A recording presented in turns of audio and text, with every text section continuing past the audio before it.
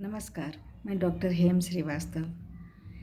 आजकल पॉलीथीन का उपयोग जितना बढ़ रहा है, जितना यह उपयोगी समझा जा रहा है, उतने ही इसके दुष्प्रभाव भी सामने आ रहे हैं। पॉलीथीन जहाँ की रोज़मर्रा की चीज़ों में जगह बनाता जा रहा है, इसकी रोकथाम के लिए कितने ही उपाय हुए, लेकिन इसकी आवश्यकता आज भी बरकरार बनी हुई है और लोगों को यह बहुत उपयोगी नज़र आ रहा है। कारण इसकी मजबूती और इसकी ना डिकम्पोज होने की ताकत। बस यही ताकत तो इसकी बुरी आदत है। ये इतना मजबूत होता है और ये ख़त्म होने का नाम नहीं लेता। यही कमी भी इसमें है। इसकी कई कमियां हैं जो प्रकृति पर बहुत ही दुष्प्रभाव डालती हैं, बहुत ही बुरा प्रभाव डालती हैं।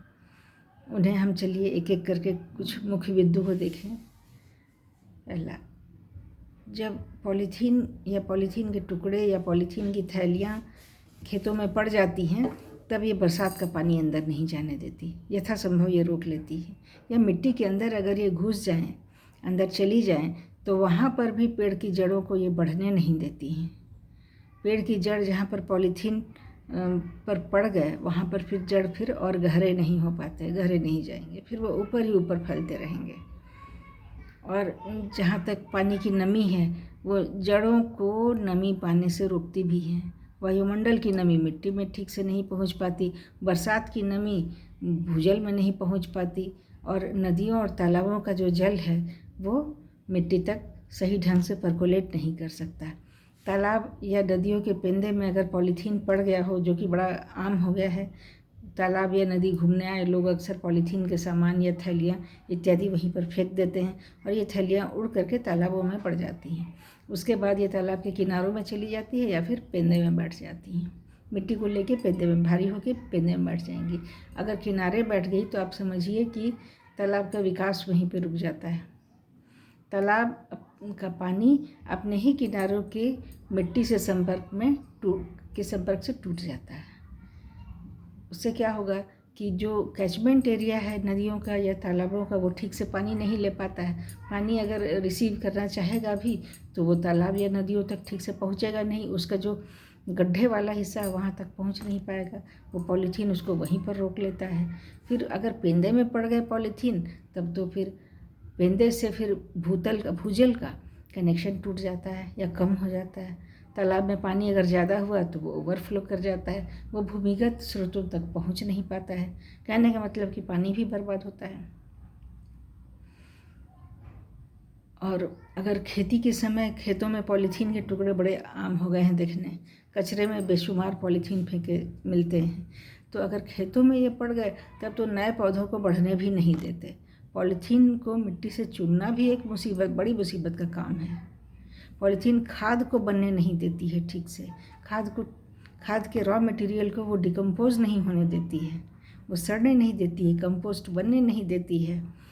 और नदियों के पेंदों से वो जम करके वो बाढ़ भी बराबर ले आती है, क्योंकि पानी ज़्यादा महसूस होने लगता है। सागर को भी प्लास्टिक उथला कर देता है, यानी कम गहराई का बना देता है। उससे समुद्र में भी इकोसिस्टम बिगड़ जाता है। समुद्र के भी जीव जंतु बेमौत मारे जा सकते हैं। फिर पॉलीथीन लगातार कुछ ना कुछ हानिकारक केमिकल्स छोड़ते रहता है। पानी में तो और तेज़ी से छोड़ता है।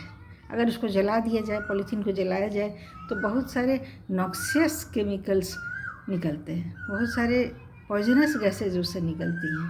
पॉलीथीन में बड़े आसानी से बिस्फेनॉल आप ढूंढ सकते हैं। ये बिस्फेनॉल जल करके कितने तरह के केमिकल्स बनाता है, जो कि वायुमंडल में जाते हैं और वायुमंडल से वापस फिर जल के स्रोतों में आ जाते हैं या फिर मिट्टी में आ जाते हैं।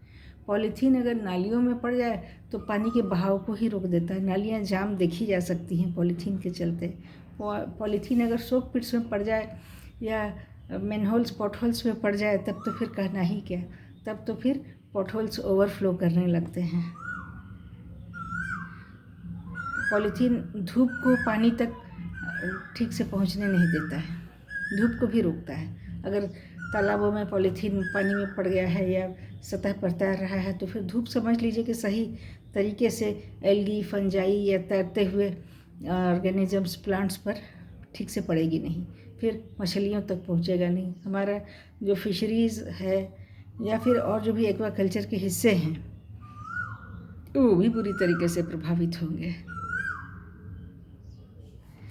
तो पॉलीथीन के बहुत सारे दुष्प्रभाव हैं। फिर अगला दुष्प्रभाव ये है कि जब घास में या खेतों में यह पड़ा रहता है और हमारे जीव जंतु गाय इत्यादि जब चरती हैं, जब वो ग्रेजिंग करती हैं, तो अक्सर ये पॉलीथीन के टुकड़े उनके साथ, भोजन के साथ या घास के साथ उनके शरीर में चले जाते हैं। इससे क्या होता है कि उनके आंतों में फंस जाता है। आंतों में फंस जाने के कारण उन्हें कितनी परेशानी या कितनी तकलीफ़ होती होगी जिसका अंदाज़ा लगाना मुश्किल है, और कितनी बार तो उनकी मौत भी हो जाती है। जितने दुधारू पशु हमारे चरते रहते हैं, गाय बकरियाँ, इन सब की भी मौतों का कारण बताया जाता है।